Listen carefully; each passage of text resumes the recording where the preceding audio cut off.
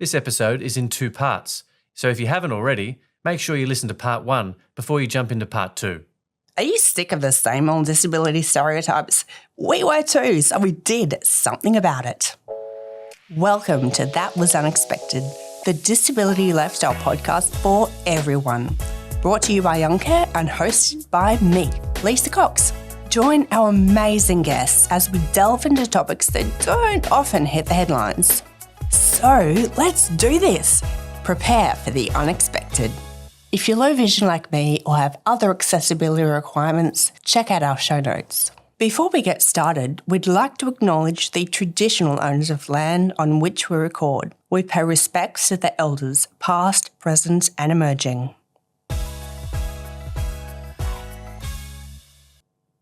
In part 1 of The Power of Friendship, we met Ben Harvey, Dr. Ben Beer, and Assistant Professor Tim O'Shea, 3 best friends whose lives have been shaped by Ben Harvey's spinal cord injury. We delved into Tim's spinal cord research and Dr. Ben Beer's work as a spinal surgeon. And Ben Harvey has just finished telling Lisa how he met his wife. Let's pick up where we left off. Jump in Mel's defence, she had 2 cousins with Duchenne muscular dystrophy.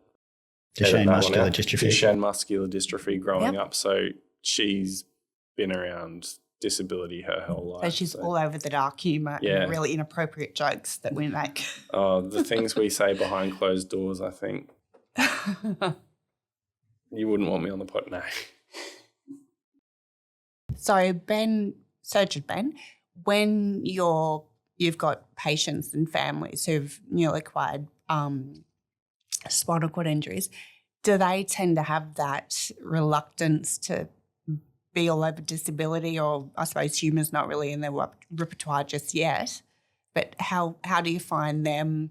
Do you have to be a surgeon and a psychiatrist at the same time? I think early on, very early on, most people are just grieving with their injury, particularly if it's a complete injury or or the patient, if it's a family member, the patient's ventilated in ICU and then unable to communicate and that sort of thing. I don't think it really benefits them to give them all of the information early on because they're in the early stages of grief. So afterwards, though, the spinal injuries unit does a lot of work, and they have the medical staff and the nursing staff and all the allied health there to assist with those sorts of things. Because, just as, like we said before, everyone's an individual and everyone has an individual rehabilitation course. And some people get no improvement and other people will get lots of improvement and completely surprise you. And so it's really hard. That's why it's difficult to discuss prognosis with people early on. But, it takes a little while to build that. You've got to get over those early stages of grief and get back to a normalcy before you can have that humour, I think. Yeah. Yeah. Sure. I guess we do have listeners who are in allied health, in the medical professions generally, and I'm wondering what sort of advice you'd give to them if they do have a patient with, doesn't have to be a spinal cord injury necessarily, but I'm thinking back to my own recovery and they all spoke to me like it was the end of the world. We're going to a funeral and life will never be the same. And I do understand everyone's different and there is the need to not say, it's going to be wonderful, you're going to go out there and you'll be at the Paralympics. But at the same time, not to just be your life's over, see you later. Yeah, I think it's really hard for all those people. They're often going through regularly going through grief with each patient because they're all empathetic people. That's why they're in that job. And they tend to feel what those people are feeling and go through it multiple times a day, multiple times a year through different stages with each person. I think probably the biggest thing is to really reiterate that life isn't over. Let's move on. Not move on. That's a hard thing to say to someone early on. Yeah. But that there are focus on your abilities, focus on what you can do. For Ben, he's intelligent, funny person, and I think it's great that he eventually came to realise that and put himself out there more. And if he hadn't have done that, if he had done that earlier, then he might not have come to meet Mel, and she's been such a great person in his life. So it's not like that we should regret his early years when he wasn't doing that as much, but he certainly, once he did do that and he's opened up in the last 10 to 5 years, 5 to 10 years, he's really blossomed. And definitely part of that in the last few years has been because he's had that support of a close partner, and he's realised that he's enough to start living a full life. And it's been really great to watch that in that later period. But so just coming back to, it's easier for me to see that when I'm speaking to people because I know what's at the end, but you've got to get through that early period and got to move towards getting back to progressing with your life and living a fulfilled life. And the earlier you can do that, the happier you'll be. Yeah, I think that's great. You've got a really good understanding of both sides of the coin, even though they haven't got that full-on lived experience. You're close, you're really, really close, and I think that would be so important for one of your patients to be able to hear. I can hear that understanding in your voice and through the things you're saying. I'm like, yeah, he gets it. He really, really gets it. And most of my surgeons have been wonderful, but you can really tell the ones that just get it from the point of view of a patient, I suppose. But Tim, I should probably edit this bit out. I'll just have to read my notes here. I have to ask you some questions. Feel free to jump in. I didn't tell you at the beginning, by the way. Feel free to jump in at any stage when I'm talking to the guys and say, sure. By the way. It's hard to ask Tim questions because he sort of takes over for the next 15 minutes. And no, that's a bit of the pot calling the kettle black. I am cognizant of that. I didn't want to dominate any conversation. So you're in your, I'll call it the research bubble at the moment, but doing really amazing work. Do you have much to do with patients with spinal cord injury through that time? Yeah, so through Rings for Life, we definitely do. So at this conference, we have people who are working for the foundation or who are patient advocates who come to the conference, who talk with researchers to understand the research, to help set priorities and goals for the research. And so through the foundation support that we've had for our research, we've definitely interacted with a lot more people with spinal cord injury. Obviously, I interact with Ben a lot, and Ben's on our research team, actually. So one of the research grants that my lab was awarded from the Paralyzed Veterans of America. It's a foundation that's it's a non-government organization in the US that supports veterans' health, and they have grants for researchers working on spinal cord injury. But there's one important stipulation that they make for their grantees is that you have to have someone with a spinal cord injury on your team in order to be able to help set priorities, to educate the researchers on what it's like to live with a spinal cord injury and help calibrate the goals of the research. And I think that's been really important for my team, because a number of the students that I have working for me in the lab or working with me in the lab have never really been exposed to spinal cord injury. They're interested more in the kind of strategies that we're employing from a more intellectual standpoint, from the engineering standpoint or the biomedicine standpoint. And for many of them, working on spinal cord injury is a means to kind of study those. And for someone like myself, it's more personal, right? It's more about trying to progress that research forward. And I think they get that a little bit more by interacting with Ben and being able to see why we do the research that we're doing and why we're taking the approaches that we're taking. So I think that should be something that most foundations who support spinal cord research or any kind of patient advocacy group, any kind of foundation supporting research across biomedicine, they should be encouraging people with lived experience to to be involved in the research, to kind of have that dialogue back and forth between the researchers who are passionate about trying to solve the problem, but also with the patients who can help guide their efforts. No, 100%. I think it's really good they have that in place. I know we're doing some work with Griffith Uni at the moment, talking to all of their researchers and academics who perhaps don't have any experience with disability. There's a bunch of us who are on a committee to work with those academics to shed some light on areas that I don't necessarily know about. But your research is so exciting. I'm like, sign me up for the brain injury part of it when that becomes available. But how far do you think you are from human trials and developing it further? Yeah, that's a question that we get all the time, right? And I kind of understand the urgency for what we're working on and what anyone's working on in this space. The stuff that we're working on is a fair way away from being a clinical therapy. There's other strategies and other approaches, many of which were developed 20 years ago, which are only now just being explored in clinical trials. And there's definitely this long process that it takes to kind of get things through from the kind of foundational preclinical insight and this new discovery and something exciting to actually making it through for clinical therapy for patients. And it can be a little frustrating, but that unfortunately is the way the process goes. Funding helps speed that up, but the reality is it takes a long time. It's a long path.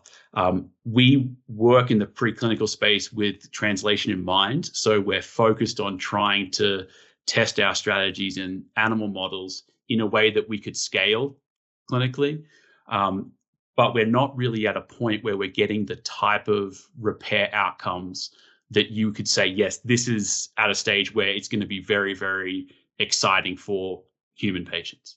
And there's a risk of trying to translate too early, because if you go too early, you're kind of committed to the intervention that you're trying. And there's a lot of money spent and a lot of time and investment and energy to try and get it over the finish line. And if it's kind of a little bit undercooked, the outcome may not be what you're looking for. So I'm very cognizant of that. Having seen some of the attempts of translation previously, I really want to be at a point where we're getting really robust outcomes in a variety of different severities of injury in animal models. And we've got a number of readouts that suggest that this is something worth pushing that forward. And so I wish I had something right now to be able to translate, but we're just not quite there yet. Ben, were you going to say something? No, I was just laughing because Ben was giving me the eye like, see, Ben, Tim's gone for too long. I did not see. I can't see you two properly from across the desk. I was more thinking it was a very diplomatic answer from Tim about some of the other research that's going on. Would that be correct, Timothy? Well, what do you mean by that, Ben? Things being rushed. I think I have a fair idea of what he's talking about, and as much as I'm signing up for the human trials, I would want to have known there had been significant trials in animals and in other areas before I had anything injected into my head, basically. Right, exactly. And when you have a personal interaction with someone with this type of injury, I feel like you're even more cautious, right? Because you're like, this could be something that they'd be administering to Ben. Would I want to have Ben, be treated with this intervention? And if my answer isn't 100% yes, then that's something that's not quite ready for me. Wait for the tick from Tim before you go ahead with anything. I remember, it would have been maybe 10 years ago. There were a few people in Australia like trying to raise money to go over to India to get. They were doing some stem cell injections there, and basically there was no science to it. It's like, let's inject some stem cells into your spine, we'll see what happens. And I think, quote unquote, Tim said to me, if you're ever thinking about doing that, instead pay the money for me to fly over and punch you in the face to knock some sense into you, because I think there was some pretty bad stories, like basically teeth were forming in the spinal cord, or just massive tumors, because it's a what's the word? Teratoma. Yeah. Oh, If you inject certain stem cells that aren't committed to certain types of cells, they can turn to any cell in the body. And there's a number of clinical cases where patients have received treatments in Russia and India, and they present at their hospital in the US or in Australia, and they're starting to suffer deleterious effects. So they're starting to lose function, and because of these interventions not really being ready for prime time, and the kind of complications that go with that. And then there's the other thing, like these people may not have been doing rehab before, they go over, they get this thing, and then they start doing the rehab and they start seeing some progress, and say, hey, maybe if you'd just been hitting the gym more regularly, that might have happened anyway. Like, yeah. So Ben Beer, Surgeon Ben, and Tim, is there any, you've obviously got very different areas of expertise, but is there any overlap? Ben, are you seeing some of Tim's discoveries or anything like that overlapping with the sort of what you're doing? Not really at this early stage. Most of the research on the implemented research on spinal cord injury is more about sort of trying to stop that scarring process by administering some sort of medication. So many years ago, it was high-dose methylprednisolone, which is a steroid, which has sort of been debunked through some big trials. There was one trial that sort of, was said that it was worthwhile, and then sort of went back the other way. And there's a few other sort of early-stage medications that you can give kind of on presentation to try and reduce the amount of scarring that happens. And that's about as far as we are to any sort of therapeutic intervention that could be made at the beginning of a spinal cord injury. From my point of view, my role in a spinal cord injury is to stabilise an unstable spine or decompress the spinal cord, or both, as early as possible. Okay. So that there's not secondary insult and injury, and then often to make the ability to be nursed and function better. Because if you've got an unstable fracture, even if you are even if you have a complete spinal cord injury, it's an unstable fracture is not something you can live easily with, because you're then not, your trunk's not stable and that sort of thing. So more on the very practical side of it, rather than any sort of crossover. But certainly that's part of the reason that I'm keeping my foot in the door and working this area, because if that does become available, I'd love to be involved, Oh, excellent. And you don't have to be biased, but how does Australia fare compared to the rest of the world? I know there's research. I suppose this question's for you as well, Tim. There's research and really wonderful things happening globally, but how's Australia faring? I'd probably defer that question to Tim regarding the research. Mm-hmm. Yeah, so I'll just add to in relation to the research that I'm doing that's saying it's not quite ready for prime time yet. Like, we're really focused on these reparative, regenerative strategies, but there's a lot of approaches that are showing really good promise in certain types of incomplete injuries. So like electrical stimulation is having really exciting outcomes in recovery of motor function in hands and lower limbs. Vagus nerve stimulation for hand function is something that I heard about today at this conference that was really exciting research coming out. And in Australia, there's a number of folks working in that rehabilitation space and the electrical stimulation space that are doing clinical trials, that are progressing that research forward, and they're making a strong contribution.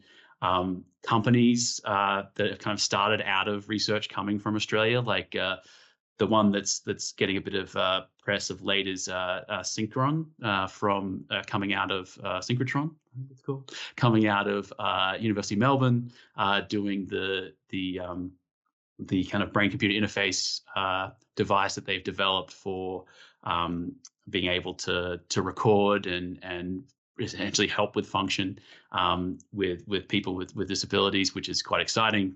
And there's a number of companies working in that brain-computer interface kind of space. It's quite an exciting space right now. It's like in Australia, people are making contributions. I would say that Australians do research in spinal cord injury, and many of them are not in Australia. So there's a number of people here at this meeting who are from Australia that are not based in Australia. So people who are based in Canada, based in the US for various reasons in terms of being able to get access to funds to run their labs and do their research. But there are Australians working on this problem all over the world. And I think that's a pretty important thing to remember. Just because you're not geographically located in Australia doesn't mean you're not an advocate for Australians doing research. Yeah, for sure. And Ben, are you seeing much of a difference from what we're doing here in Australia compared to the rest of the world? In terms of the sort of outcomes we get from a surgical stabilisation and then rehabilitation point of view, the healthcare system in Australia is first class in the world. It's universal access. You get excellent quality care. That's people who are well trained, pretty well funded. That's why it's always in deficit. And then people who care a lot. And so I think that we get very good outcomes. Could we get better? Always. And that's probably what everyone's striving to do. And that costs money, time, people, all those sorts of things. So, and then with respect to that and the research side of it is that we just need to keep, we can't stop researching because we need to continue to improve the outcomes that we can get. But for outcomes that we do get and how much we, the quality of the work, that it's top notch. So you're seeing much of a change, or not in terms of what they did years ago from a surgeon's point of view to what they're doing now? I'm thinking back to my heart surgeon, for example. The first round, he did surgery, and at the time it was world class, and we're doing this, and made the news, and then 8 years later, I think it was, they did it again. He's like, I don't believe we did that. That's so old-fashioned. But is there much of a change in terms of the surgery you're doing now compared to what they would have done maybe a decade ago or something? Not really. There's probably just incremental differences in quality of biomaterials that we use, the types of stabilisation. I mean, often we used to, and I think Ben has this, is we used to just take a piece of the iliac crest as the cage or the filler for where between the two bits of fractured bone, and then put a plate on the front. Yeah, I've got a big scar on my hip. Yeah. Where they got the chisel. Yeah, so essentially fashioned a K or a wedge to put into the intervertebral disc. Now we most often use a synthetic cage with a bit of allograft bone and maybe some bone from the patient as well, but not big. I think essentially though the surgical difference is very minimal, and 20 years ago I don't think Ben did get steroids, but that was pretty. Yeah, that was a big thing back then. Hearing now. Yeah. Blame it on the steroids. Yeah. But the steroids situation is that with those big high dose steroids is that what we found over lots and lots of patients was that actually most patients didn't get that much benefit. There wasn't that much benefit and wasn't statistically significant. But the people that got steroids had more complications, particularly related to things like infection in the lungs and longer ICU stay and those sorts of things. And so that's generally why we've pulled back from that. But yeah, there's not been it's not actually been that much change in that 20-year period. Okay. Yeah. And I suppose, Ben, I've got an idea of what happens, but for all of our listeners who don't have much of an idea around spinal cord injury, can you explain all of the ins and outs in terms of what's happened to your spinal, the surgeries, they put plates in here, discs in there, or whatever they've done? Oh, as Ben just said, when I had mine done, they chisel a big chunk of bone off my hip, and then I think, is it on this side or this side? Your scar? Yeah. I think it's on the left. So yeah, they go through the front and then basically screw, because I was a C4-5 dislocation, so that's now essentially been fused together. So yeah, my C4 and C5 have been screwed together with a little bone from my hip.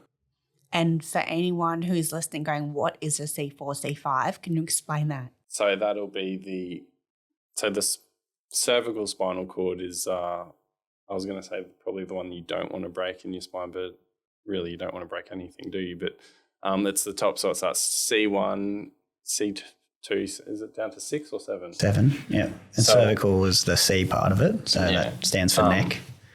So if you think if it goes from 1 to 7, C4, 5 is pretty high. Yeah. And a person with a complete injury at a C4-5 level will have generally you'd call it a C4. The person has a C4 complete injury or incomplete injury. Incomplete means then there's different grades, but they have some function below those levels, whether it's just sensory or some motor function, or there might be some bowel and bladder sparing in some people.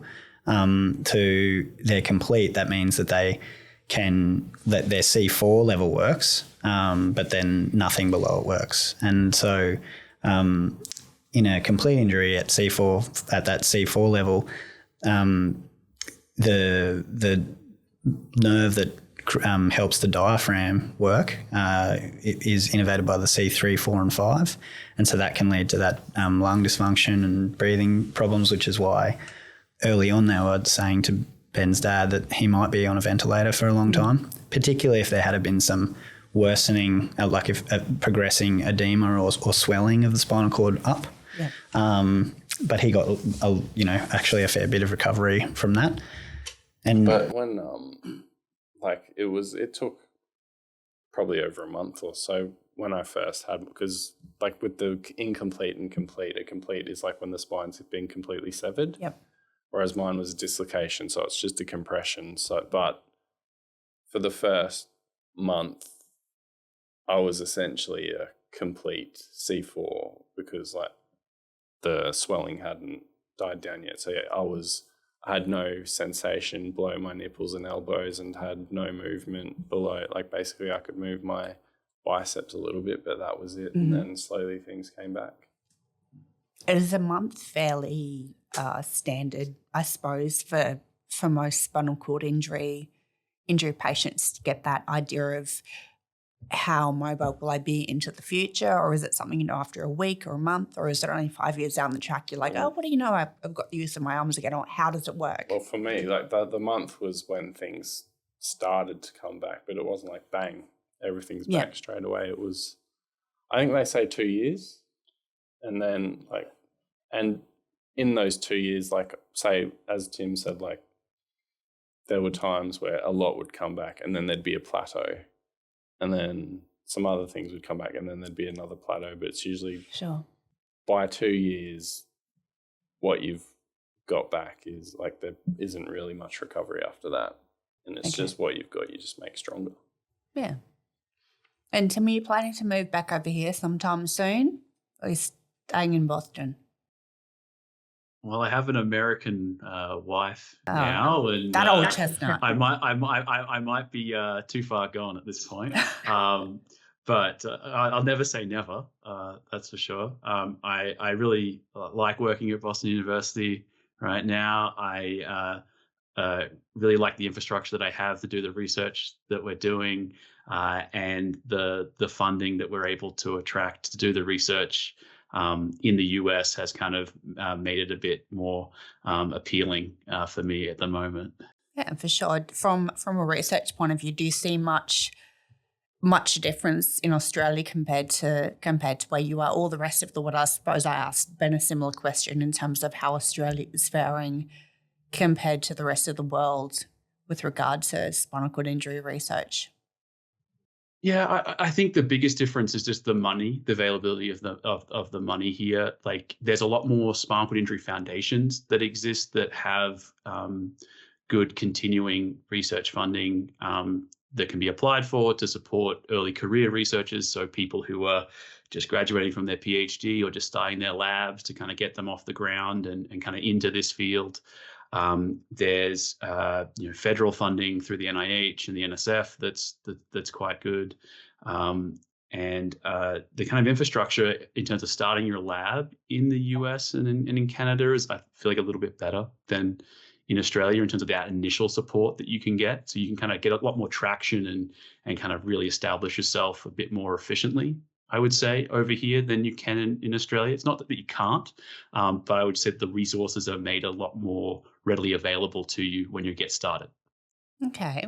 And in terms of a long-term goal or a long-term vision for the work you're doing, is it to get Ben up and walking, or what is it exactly that, I know curing spinal cord injury is sort of a big bold statement, but if you were to explain it in a sentence or so, what would the goal be? Yeah, that's a good question. I think walking is what people perceive as being the ultimate goal. But if you ask Ben what he would want to have back tomorrow, it may not be necessarily walking. And if you ask a lot of different patients, their answers will vary as well. And usually it's the severity of injury dictates what you'd want back.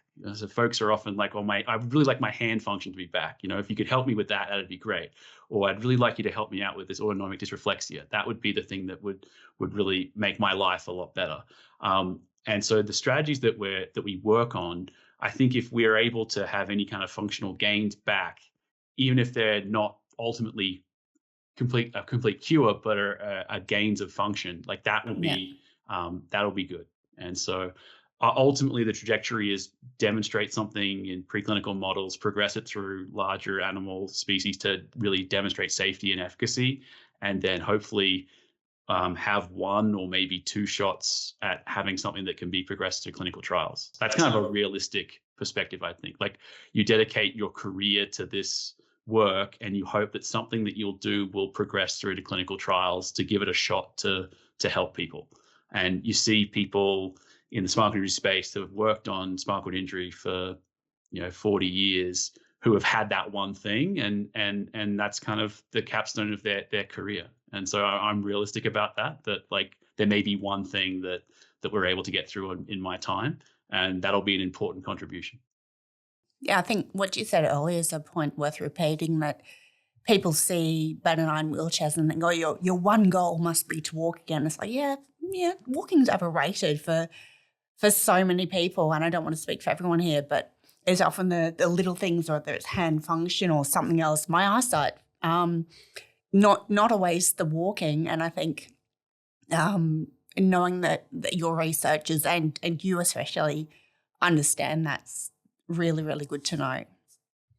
So guys, we have covered so much in this chat. Thank you all for your time, from research, surgery, lived experiences, all the rest. But we ask all the guests in this podcast, what about their life or about their disability or about their work is unexpected, because we're trying to break those stereotypes and stigmas that people have these certain assumptions about disability or spinal cord injury, what it means. But what about your life or about what you do is unexpected? Who's going first? You go first. I think for me, I was surprised at the amount of people I've never met before coming up to me and telling me what an inspiration I am just for being somewhere. Like just being out. So inspiring. I'm at the pub with my mates and a drunk person, oh, good to see you out, mate. And sometimes I like to go back to them. I'm like, why? Why shouldn't I be here? And it kind of moves the conversation on pretty quickly. But yeah, just things like that. Yeah. And I think we spoke about yesterday, when people talk to my wife or your husband instead of us, because, they might not be able to understand. But, Yeah. there was a suit shop I was going to for the wedding, and they were talking to Mel about how they could alter my suit. Mm. And so we left there pretty quickly, but not only did they lose the business on my suit, they also lost the business for the 5 groomsmen suits as well. So Yep, that's it. the disability dollar can be powerful. That's right. So it wasn't just one, it was 6 suits that do the math on that and have a bit more disability awareness, and maybe you'll keep the business. Yeah, and well said. You're not inspiring just for being out in public and going to the pub with your mates. No. Because was the other Ben called inspiring just for being out and having a beer? He probably thought he was. And what about you, Ben? Having to What's put up with you, unexpected? that's sort of inspiring. What was unexpected? I think for me, what's been unexpected is just how I didn't set out to become a spine surgeon, but I think every time I've been faced with a decision, and it's like 2 decisions, it seems like every decision sort of led me that way without me kind of even knowing it. And that's great because I love what I do now, and I am, and it's rewarding. And it's great that I get to be involved from when I was a 15-year-old, seeing my friend and not really knowing what had happened, to going to the hospital on that first day, and then the second day, and then multiple days afterwards, spending all my time, or not all my time, but spending a lot of time going to rehab with Ben, and then seeing him progress and live a full life. That's what's been unexpected. I wouldn't have thought that, in that early period when we were all grieving. Yeah. Yeah, of course. No, it must be awesome for all of you to see him living the life he is now, and having whatever expectations you had early on, but he's clearly smashed them all. And what about you, Tim? What about your life, your work, or Ben's life, Ben's work is unexpected? So working in research, we search out the unexpected.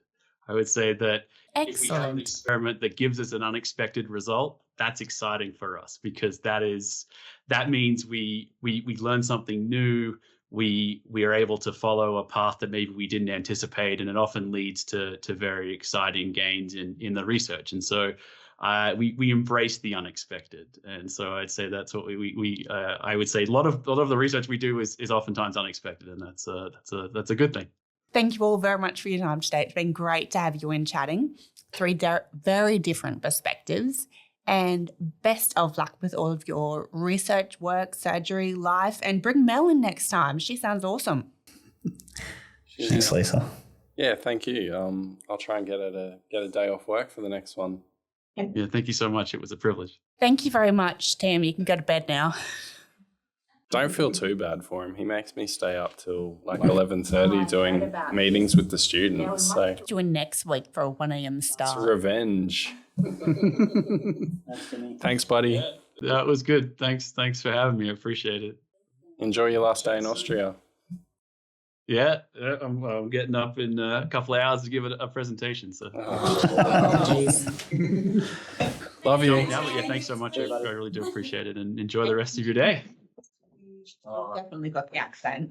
Oh, some of the words, even when he does his research on stuff and it looks like jello, I wanted to jump in and be like, it's called jelly here, mate. Yeah. Thanks for listening to That Was Unexpected.